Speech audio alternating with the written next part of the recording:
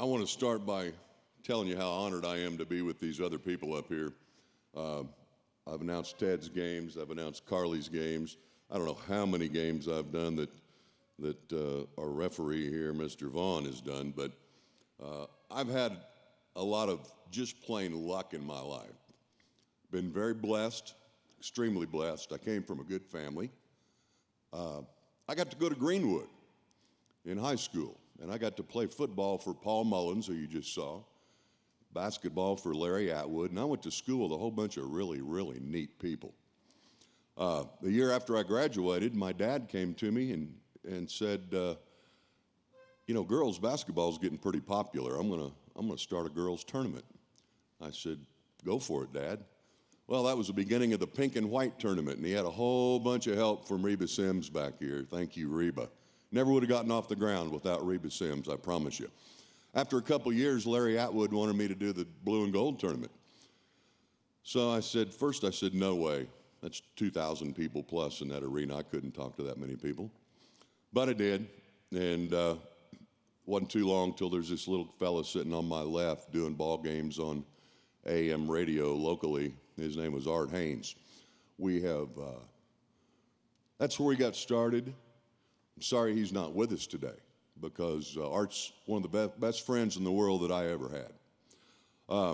Went from there to Bears football in 1985 and started doing ball games. Didn't know how to do a football game, but one of my first spotters, Mark Ringenberg, who came all the way from Arizona, incidentally, he and Butch Morris were my spotters, and we kind of learned together and did that for a whole bunch of years. And then Bears basketball, and then the Tournament of Champions, and then the, what else? Then Drury. What a great time I've had at Drury. They welcomed me with open arms.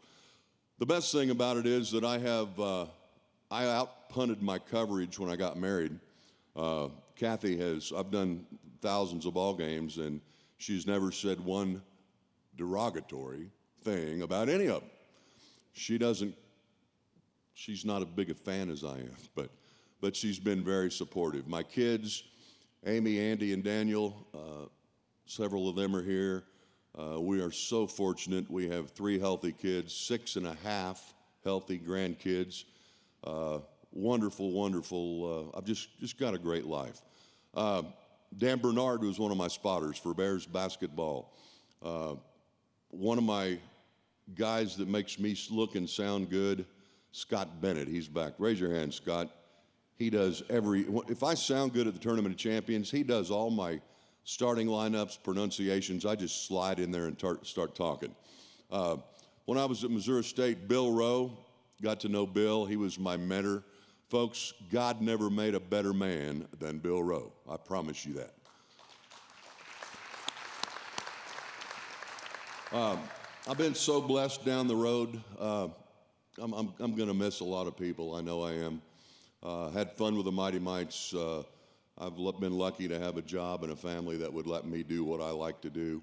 I'm amazed by this. I told Gerald when he called me that day, I thought, one of my buddies is messing with me. But, you know, Gerald has such a beautiful, distinct voice. I thought, nobody can duplicate that, so I had to believe him. But anyway, thank you. Thank you to the selection committee. Thank you, Gerald. You got a great, great team here. Thank you mostly to all of you. I've got people here from St. Louis. I'm not going to go mention all of them because I'd make somebody mad. St. Louis, Mark's here from Arizona, a lot of people here that I really love and appreciate. Thank each and every one of you. God bless you.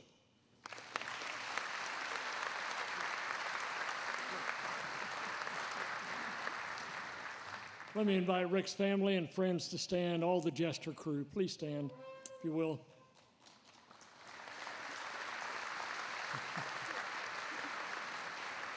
Rick Jester, enshrined as a member in recognition of your outstanding contributions as a sports announcer.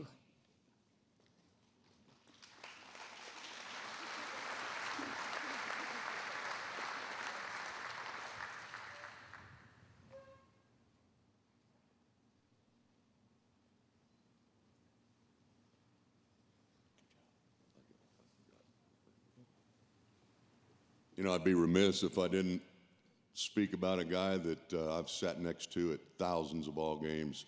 It's really been a pleasure. You all know him. He's world famous. He's also a Hall of Famer, Jim Wright. Jim, stand up, buddy.